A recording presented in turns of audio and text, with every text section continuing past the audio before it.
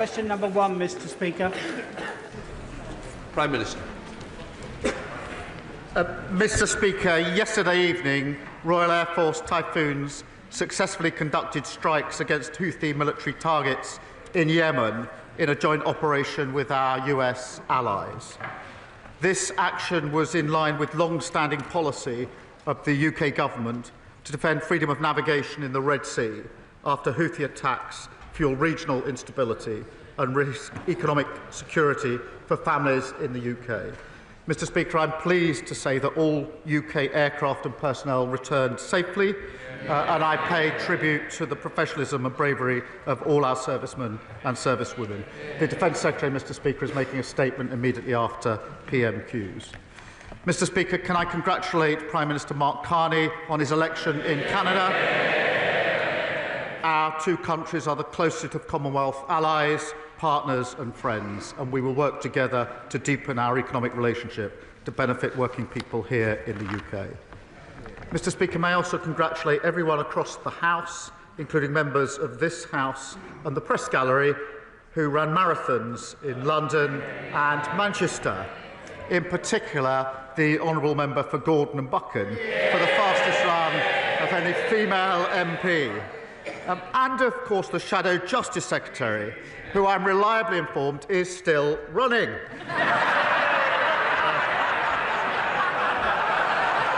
Mr. Speaker, this morning I had meetings with ministerial colleagues and others.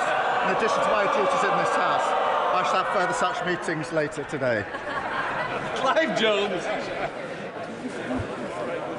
Thank you very much, Mr. Speaker. I'd like to associate myself with the remarks of the Prime Minister about the professionalism of our armed forces and also congratulate Mark Carney on being elected as Prime Minister of Canada. And also everybody who took part in the London Marathon. Both my daughters have done it.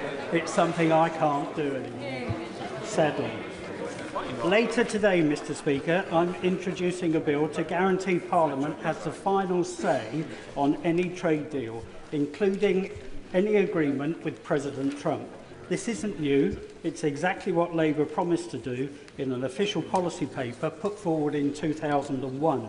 I'm asking this government to keep its promise. Currently, members of Parliament have no vote. They have no voice on trade deals. So, will the Prime Minister... Order. I think the Honourable... What, this is good. I think you're on the marathon yourself. I think the Prime Minister may have got a bit. Prime Minister! Well, Mr. Speaker, can we extend our congratulations to his daughters for running the marathon? In relation to trade deals, the government retains the right, obviously, to strike trade deals, delivering growth, jobs and opportunities for working people. We clearly set that out in our manifesto. That's exactly what we're doing. Parliament, as he knows, does have a well-established role in scrutinising and ratifying these deals. He knows that was strengthened under the last Labour government, as he references. Dan Tomlinson. Thank you, Mr. Speaker. There's going to have to be a coming together of Reform and the Conservative Party in some way. A deal, a pact or a merger. These aren't my words, Mr. Speaker, but those of the most senior Tory in elected public office in the country, the Mayor of the Tees Valley. So if senior Tories are plotting it, the Leader of the Opposition won't deny it, doesn't that mean that the only way for us to stop this plot is to vote Labour? No need to answer. You've no responsibility for any part. Right, let's move to the Leader of the Opposition, Kemi Badenoch. Thank you, Mr. Speaker. On Monday, the Prime Minister's Safeguarding Minister admitted on the floor of the House that there was a cover-up of the child rape gang scandal. Does the Prime Minister think we should expose this cover-up? Mr. Speaker, this is obviously a serious issue. I oversaw the first grooming gang prosecution, which was in Rochdale more than a decade ago. There is a contrast here because the Leader of the Opposition, when she was Minister for Children, Women and Equalities, never raised this issue in the House in 3 years. Mr. Speaker, the Shadow Home Secretary held 352 external meetings during 20 months. How many were on this issue? Not one. and they failed, of course, to implement a single recommendation for the independent inquiry into child sex abuse. Mr. Speaker, my position is absolutely clear. Where there's evidence, the police should investigate and there should be appropriate prosecutions. That's route number one. Route number two, we should implement existing recommendations, which did expose what went wrong. They weren't; those recommendations were not implemented by the last government. They're being implemented by this government. We are providing for local inquiries. We're investing more on delivering truth and justice for victims than the party opposite did in 14 long years. Mr. Speaker, in the last year of Conservative government, we had a gangs task force that found 500 perpetrators, protecting thousands of victims. We launched that inquiry that he's talking about, but more still needs to be done. It's now 4 months since I asked him for a full national inquiry. Instead, he promised 5 local inquiries. There will be one in Oldham. Will he now name where the other 4 inquiries will be? Prime Minister. Mr. Speaker, we are providing for local inquiries. This is a serious... Well, they've got so much to say now. Why did they not... Mr. Speaker, why did they not implement a single recommendation in the 14 years they had in office? We're taking forward those. There are recommendations already in place about the change that needs to be taken. They sat on a shelf under the last government. We are acting on them. We are providing for local inquiries, and we're investing more in delivering truth than they ever did. He cannot name a single place because nothing is happening. He stood there at the dispatch box, promised 5 local inquiries. Nothing is happening. On the last day of term, he had his minister come out to water down the promise to say they would provide funding. That is not good enough. At least 50 towns are affected by rape gangs. Places like Peterborough, Derby, Birmingham, Nottingham, Leicester, Rotherham, Rochdale and Preston. Is he dragging his heels on this because he doesn't want Labour cover-ups exposed? Mr. Speaker, I spent 5 years prosecuting this case. Mr. Speaker, I was the prosecutor that brought the first case. And when that file was brought to my attention, Mr. Speaker, I noticed that one of the defendants had not been prosecuted previously. Far from covering up, I asked for that file so that I could have a look at it.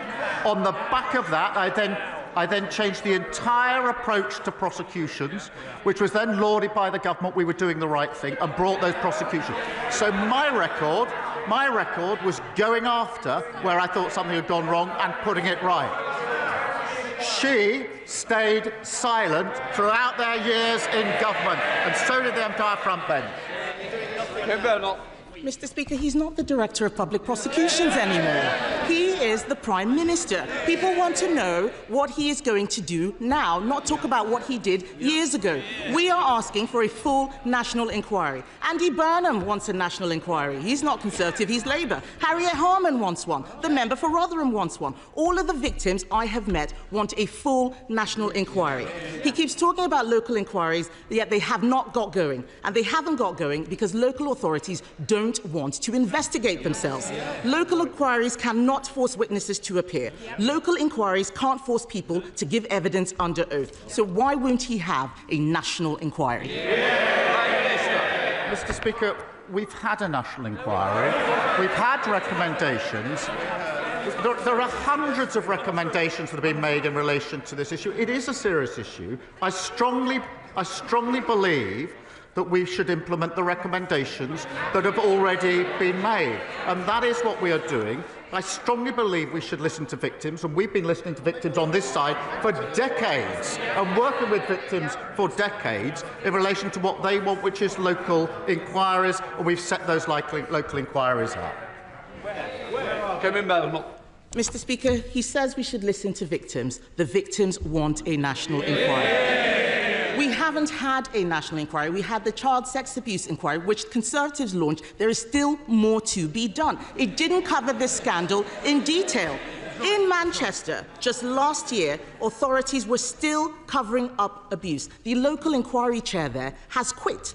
Bradford Council, an area of some of the worst abuses, refuses any inquiry, local or national. Whether it's the streets of Birmingham or the Town Hall of Bradford, it is chaos and cover-ups with Labour councils. When will he show leadership and do the right thing? The right thing is to implement the recommendations that we've got, which is what they've palpably failed to do in government. The right thing to do is to have the national inquiries that we need, which is what the victims want. The right thing to do is to invest in our criminal justice system so we can bring people to justice. They've absolutely collapsed the criminal justice system. Prosecutions for rape under their watch, they go up or down. They went down to record lows. Investment in prosecuting these cases went down. Their record was abysmal. They should hang their heads in shame. Mr. Speaker, this is just distraction tactics. He hasn't read the recommendations, because if he had read the recommendations, he would know none of them would tackle this issue. The fact is, if I were standing where he is, we would have had a national inquiry months ago. This issue is personal for me. I have met many of the victims. This is about the protection of children. Nothing else is more important. In the last few days, Mr. Speaker, I've been to Wiltshire, Lincolnshire, Northumberland, Kent. All of them have outstanding children's social care. Do you know why, Mr. Speaker? Because they're all run by Conservatives. That's the difference that Conservative councillors make.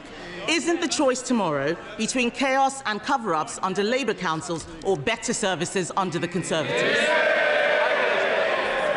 She says they'd have a national inquiry. 14 years. 14 years, and they didn't do it. It's so hollow. And yes, tomorrow is the first opportunity the country has to pass their verdict on the Leader of the Opposition and the party opposite after the general. Have they changed? Have they learned? It's passing verdict on the Leader of the Opposition. We'll see you next week. Right, Nadia Winter. Thank you, Mr. Speaker. Mr. Speaker, I wish that the Leader of the Opposition would stop weaponnising victims of child sexual abuse. Principal points. It's damaging victims, and if she cared about child protection, she wouldn't be doing that. It's a disgrace. You're a disgrace. Mr. Speaker, new data shows that in March last year, in Hyson Green and Arboretum ward in my constituency, 64% of children were in poverty, the highest proportion in the whole of the East Midlands, and a damning indictment of the previous Conservative government. One of the proudest achievements of the last Labour government was the action it took on child poverty. Can the Prime Minister confirm that this Labour government will do everything in its power to eliminate child poverty, and that its task force has not ruled out abolishing the two-child benefit limit, the single most cost-effective way to pull children out of poverty? Minister. Well, she's absolutely right to raise the disgraceful record of the previous government, which saw an extra 900,000 children in poverty. I'm proud of Labour's record in reducing child poverty, which is what we do in government, and the task force exploring every lever to reduce child poverty. Leader of the Liberal Democrats, Sir Edward Davey. Thank you, Mr. Speaker. And on behalf of my party, can I send our congratulations to Mark Carney and the Liberal Party of Canada on their historic victory. We wish them well as Canada continues to stand up strongly to President Trump's tariffs and threats. Mr. Speaker, Canada has learned what happens when you do a trade deal with President Trump. He can't be trusted to stick with it. The Prime Minister didn't answer my question last week, and he didn't answer my honourable friend, the member for Wokingham, just now. So let me ask again. Will the government give members of this House a vote on the floor of this House on any deal he agrees with President Trump? Yes or no? Minister. Mr. Speaker, we are in negotiations with the US in relation to a deal. We will act, obviously, in the national interest to make sure that if there is a deal, it's the right deal for our country. If it is secured, it will go through the known procedures for this House. Sir Ed Davey. Well, Mr. Speaker, I'm very disappointed in that reply. There was no yes or no response. We do want a vote, and we will keep pressing him and his government on that. But turning to a domestic issue now, Mr. Speaker, my honourable friend, the member for Dorking and Hawley, has taken up the cause of Fiona Lascaris, whose autistic adult son, Christopher, was horrifically exploited and then murdered by a convicted criminal. As ITV News has reported, when Fiona tried to get a mental capacity assessment for her son, she was dismissed. So Christopher never got the support that might have saved his life. We're going to try to change the law so families' concerns over a loved one's mental capacity have to be considered. Will the Prime Minister give his personal backing to that change to stop another tragedy like Christopher's? Prime Minister. Well, I thank him for raising that terrible case, and I think the thoughts of the whole House will be with Christopher's family and friends affected by this, and we'll certainly look into what else we can do, and if there's further details that can be given to me of the particular case, I'll make sure that we follow it up. Jenka. Thank you, Mr. Speaker. I'd like to start by congratulating Truro City Football Club, who've gone from homelessness to league champions in one season. Yeah. In Cornwall, clean energy is a huge opportunity. We're fortunate to have vast natural resources, onshore, offshore winds, geothermal and tidal. We have a strategically vital port and a workforce ready to step up. I welcome that Falmouth Community Hospital will be getting new solar panels and benefiting from those first investments made by GB Energy. As we pursue our Clean Power Plan, will the Prime Minister confirm this is just the beginning of that investment in renewables in Cornwall? Well, can I add my congratulations to Truro? Clean energy investments are powering our plan for change, Mr. Speaker, and that's just the beginning. We'll go further. 200 schools and hundreds of NHS sites across the country will benefit from GB Energy's first solar projects, including Falmouth Community Hospital in my honourable friend's constituency. Hospitals will save, Mr. Speaker, £45,000 a year off their energy bills, with that money going back to the frontline services. That's the better future we're building, good for patients, good for jobs growth and our energy security. Nigel Farage. Thank you, Mr. Speaker. To date, so far this year, 10,000 young, undocumented males have illegally crossed the English Channel into our country, a 40% increase on this time last year, many coming from cultures that are somewhat alien to ours. They are being housed at a cost of many billions of pounds a year in hotels and increasingly in private rented homes. The effect on communities is one of a sense of deep unfairness, actually bordering on resentment. In Runcorn alone, there are 750 of these young men. Just in one. Is it not time to admit that Smash the Gangs was nothing more than an election slogan and not a policy? And isn't it time to declare a national emergency and to act accordingly? Prime Minister.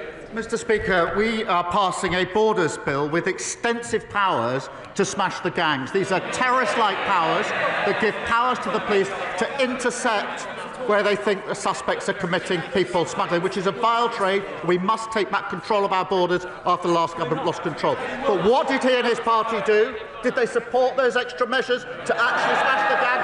No, they went in the lobby with this lot in their new coalition to vote against them. And let's be clear what a vote for his party means. It means a vote to charge for the NHS. It means a pro-Putin foreign policy and a vote against workers' rights. And now we hear, Mr. Speaker, he's recruited Liz Truss as his new top advisor, as he was cheering on the mini-budget. George Silence. Thank you, Mr. Speaker. For years, my constituents in Orrell have suffered from a lack of local health provision. But next month, that will begin to change, thanks to a new partnership that I built with our local NHS, Wigan Athletic and Wigan Warriors at a Centre for Excellence in Women's Sport. This will be a shining example of shifting healthcare from hospitals into communities. So can I urge the Prime Minister to continue with our plan for change and ignore the member for Clacton who, for decades, has pushed to dismantle our NHS so that my constituents must pay to see their doctor? Well, I see the member for Clacton complaining, but what did he say? So we're going to have to move to an insurance-based system of healthcare. His words. If you can afford it, you pay. Not under our watch, Mr. Speaker. While he's busy taking Liz Truss's advice and fawning over Putin, we're driving down waiting lists, 3 million extra appointments delivered and waiting lists slashed in the most deprived areas. That's 6 times the waiting list will come down, including during the winter periods. We're rebuilding our NHS, rebuilding our country of future and delivering for working people. Liz Jarvis. Thank you, Mr. Speaker. Just before Christmas, thousands of my constituents in Eastleigh were left without water after yet another incident involving Southern Water, the latest in a long series of issues, including outages and sewage dumping in our precious chalk stream, the River Itchen. Yet this month, my constituents face water bill hikes of 47%. Does the Prime Minister understand why my constituents are so angry about this? And what reassurances can he give my constituents that Southern Water and Ofwat will be held to account? Prime Minister. I thank her for raising this, and the party opposite should apologise to her constituents for allowing record sewage into our waterways. Our Water Act will clean up our rivers, lakes and seas. Under new powers which came into effect last week, in fact, water bosses can now face years in jail for concealing sewage spills. We've banned the payment of bonuses and introduced new powers. And of course, we're delivering a major review through our Water Commission. And I'll reassure the member we won't hesitate to take further steps. Sam Colley. Thank you very much, Mr. Speaker. Listening to residents in North West Cambridgeshire on the doorstep and in local coffee mornings, there's a clear message. People want local police that have the time and resources to get to know crime in their areas and tackle it at the root. And I know our Labour mayoral candidate's committed to that as she's elected tomorrow. So could the Prime Minister update residents across Cambridgeshire and Peterborough on how our plan for change is tackling crime and antisocial behaviour and boosting police ranks by 13,000 officers that will be visible in all local communities? Prime Minister. The party opposite decimated neighbourhood police, and crimes like shoplifting and antisocial behaviour ran rife. I can tell him what we're doing through the plan for change: extra police officers, extra PCSOs and more special constables. On top of that, Mr. Speaker, a named officer for every community and more teams out in our town centres on Friday and Saturday nights. That's what you get with a Labour mayor working with a Labour government to deliver change for Cambridgeshire and Peterborough. Josh Babrin. Thank you, Mr. Speaker. Eastbourne War veteran Staff Sergeant Pauline Cole is a veteran who sustained injuries while serving our country. She was awarded military compensation. But because military compensation is currently considered income by this government, her pension credit has been cut from £77 a week to just £11 a week. We've met with the relevant minister to try to address this to no avail. So I want to ask the Prime Minister, with the 80th anniversary of VE Day just next week, will he meet with Pauline, who's in the gallery, and I, to address this injustice and to ensure that no veteran is penalised for serving our country? Prime Minister. Can I thank him for raising this important issue with us? We will always stand up for those who serve our country. I pay tribute to Pauline for her service, and I will make sure that she gets the appropriate meeting that she wants and needs to discuss her specific case. Julie Mims. Thank you, Mr. Speaker. This week, thanks to this Labour government, hundreds of free breakfast clubs have opened across our country. Will the Prime Minister join me in sending good wishes to the staff and pupils at Castle Carrick, Udale, Longtown, Inglewood, Brook Street, Blackford, Hallbank Gate and Bishop Harvey Goodwin schools in my constituency, which are among the first to benefit from this important scheme? And can he confirm that this is just the start of Labour's plan for change to deliver for working parents? Prime Minister. Well, look, let me pay tribute to all the staff in her constituency who are working in the breakfast clubs, which, of course, Mr. Speaker, deliver free breakfast clubs, 30 minutes of free childcare, saving working parents £450 a year, and we've opened the first 750 across the country. There'll be many more to come, Mr. Speaker. We are, of course, also saving parents £50 a year by making school uniforms cheaper, something the Leader of the Opposition ordered all her troops to vote against. Thank you, Mr. Speaker. The playing of music and loud videos on public transport without headphones is becoming increasingly common. The various bylaws outlawing such antisocial behaviour are clearly not working, whilst planned cuts to the British Transport Police are bound to make matters worse. Will the Prime Minister back the Lib Dem plan to introduce effective enforcement and a publicity campaign to persuade people to plug in their headphones? After which, you never know, perhaps we can encourage the uncivil minority to take their feet off the seats. Prime Minister. Well, he raises a really important question of antisocial behaviour. They're laughing about it. That really sums up what they did in the last 14 years. He knows there are already strict rules in place to prevent antisocial behaviour, including fines of up to £1,000. But we are focused on tackling antisocial behaviour. It's not low level. It does affect people and their communities and their sense of safety and what they can do with their own lives. And that's why an additional £1.2 billion has been set aside for policing, 13,000 new neighbourhood police officers, new respect orders, and a named officer in every community. We take this seriously. They laugh about it. Bill Ribeiro-Addy.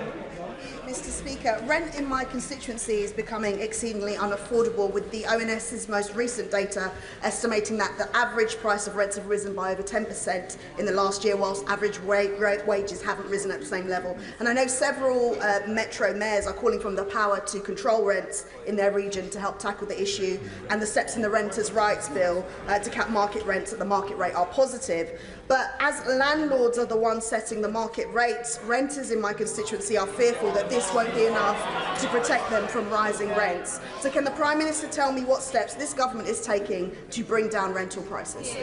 Prime Minister. She's absolutely right to raise this important issue. Communities across the country are facing the consequences of the utter failure of the party opposite to build enough homes.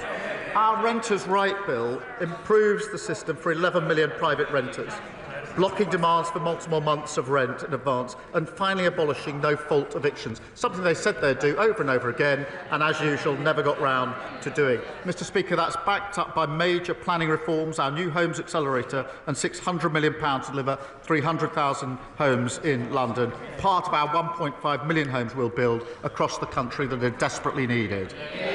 Sir Bernard. Does the Prime Minister recall from our history that even during the Blitz, the concert pianist Dame Maura Hess continued performing her piano recitals at the National Gallery, including the performance of German music like J.S. Bach's Jesu, Joy of Man's Desiring?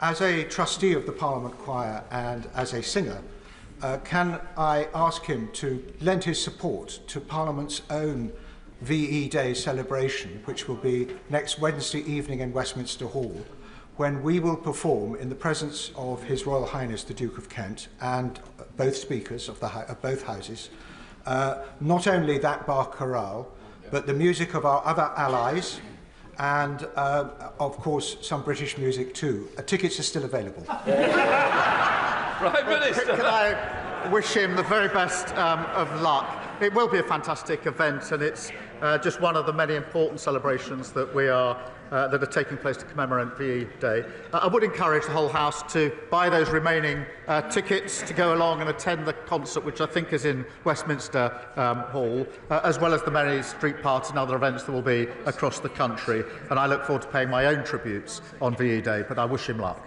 Sarah Hall. Thank you, Mr. Speaker. I welcome the action taken by the government to fix our NHS and deliver 2 million more appointments, something my constituents are already benefiting from. Together with Warrington and Halton NHS Trust, I recently submitted a ready-to-go proposal for a new urgent treatment centre and outpatients facility in Warrington. Warrington has over 200,000 residents and no urgent treatment centre. The proposal would reduce A&E waiting times and deliver 100,000 appointments every year. Will the Prime Minister or Health Secretary agree to meet with me and local health partners to discuss this transformational project? Prime Minister. Well, I'm happy to make sure that my honourable friend meets the Health Secretary. Mr. Speaker, we have got waiting lists down for 6 months now in a row, delivering 3 million extra appointments. The Further Faster 20 programme is doubling the rate at which waiting lists are falling, including in her trust. And of course, earlier this week, we froze prescription charges at under £10. There's a lot that's been done, a lot more to do, but our plan for change is working, getting the NHS back on its feet. Leila Moran. Mr. Speaker. The non-disclosure agreement was entirely one-sided, gagging me, but not the men or the execs involved. It covered not just business matters, but everything painful I'd endured. I ended up in hospital. These are the words of a victim who suffered intolerable sexual misconduct in her workplace. Does the Prime Minister agree with me and members across this House that the misuse of NDAs in cases like this are totally unacceptable? And if so, will he help us in amending the Employment Rights Bill going through the Lords now to stop this pervasive practice once and for all? Prime Minister. She's right to highlight the misuse of NDAs, and I don't think anybody would countenance the misuse of NDAs, particularly in a case as serious as the one that she cited, which is why we're looking whatever we can do to make sure they're not misused. Thank you, Mr. Speaker. After 14 years of a Conservative government who let fly tipping increase to record levels across the country, my constituents in Ealing Southall will welcome the Prime Minister's announcement today that fly tippers will now face tough action, new technology for enforcement and up to 5 years in prison. Could the Prime Minister set out what other steps he is taking to help councils tackle fly tipping and the difference this will make to communities like Ealing Southall? Thank you for raising this issue. Under the last government, we saw 1 million incidents of fly tipping. Under Conservative councils, we see enforcement down and fly tipping up. Look at Tory-led Northumberland, where incidents of fly tipping are up 76%. We're introducing, Mr. Speaker, tough powers to seize and crush the vehicles of commercial fly tippers who now face up to 5 years in prison for operating illegally. That's a Labour government clearing up the mess left by the party opposite. Thank you, Mr. Speaker. Prime Minister, a week tomorrow, the whole nation will come together to commemorate VE Day. Those who fought in World War II, including my own father, would often attest that no one did more to maintain their morale in adversity than Dame Vera Lynn, the force's sweetheart. A doughty band of campaigners for several years have been trying to create a national memorial in her honour. I'm pleased to tell the House they now have a stunning design. They have a site, appropriately at Dover, and they've already raised over 3/4 of the funding that they would need. So at this very special time, would the Prime Minister lend his support in principle to this noble endeavour? Would he be prepared to accept a personal briefing on the campaign, in which case I suspect that he and I will meet again?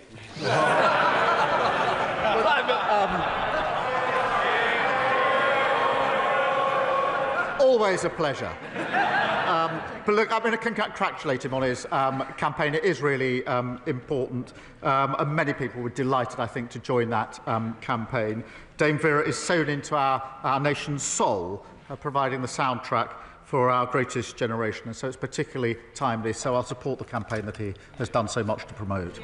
Adam Thompson. Thank you, Mr. Speaker. Whether it is the crevasse on the island outside of Asda in Long Eaton or the array of tyre poppers on Quarry Hill Road in Ilkeston, every day my inbox is filled with complaints about potholes that Conservative Derbyshire County Council has failed to fix. Given that the government has poured £1.6 billion of extra funding into road repairs and that tomorrow is the Derbyshire County Council elections, does the Prime Minister agree with me that it is high time that Erewash and the wider Derbyshire got itself a Labour council that will actually repair the roads? Well, he's absolutely right. Conservative Derbyshire County Council is home to more potholes than anywhere else in the country, and drivers are paying the price. Mr. Speaker, our plan for change has committed enough funding to fix 7 million extra potholes this year, and for the first time, councils like Derbyshire must publish how many potholes they've actually repaired in order to get the cash. The party opposite left Britain's roads crumbling. We are fixing them. Sammy Wilson. Mr. Speaker, the blackouts in Spain which have caused chaos, the realisation amongst many backbenchers in his own party that thousands of jobs are being lost in Scotland in the oil industry, and the fact that businesses are facing energy costs which are making them uncompetitive and consumers being plunged into poverty, fuel poverty. Does he not recognise that his net zero policy is not only bad, but it's mad? and indeed his own former leader is now accepting this. Will he not accept the advice from someone within his own party if he won't accept advice from this side of the House? Prime Minister. Well, many years on the opposite benches, I learned when asking questions at PMQs not just to read the headline on a Wednesday morning, but to look at some of the detail. What Tony Blair said is we should have more carbon capture. We've invested in carbon capture. That's many jobs across different parts of the country.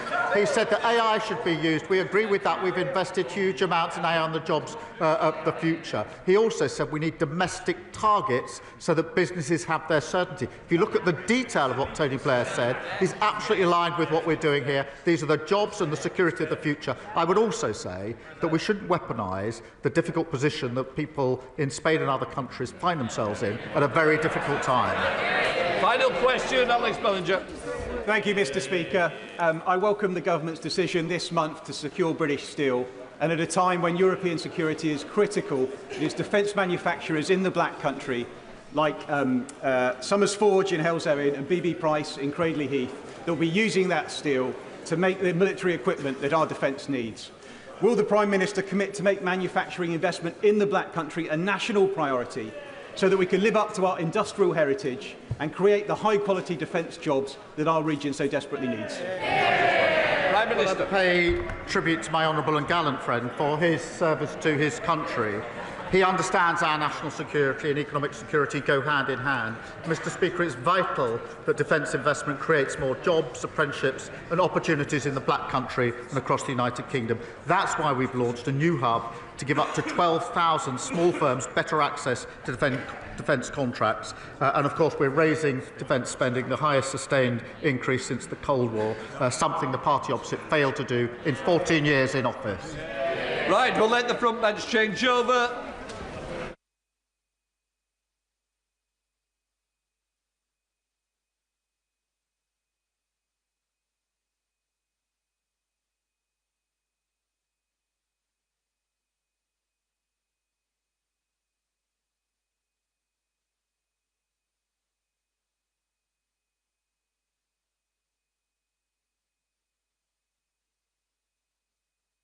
We now come to the first statement. Secretary of State for Defence, John Healey.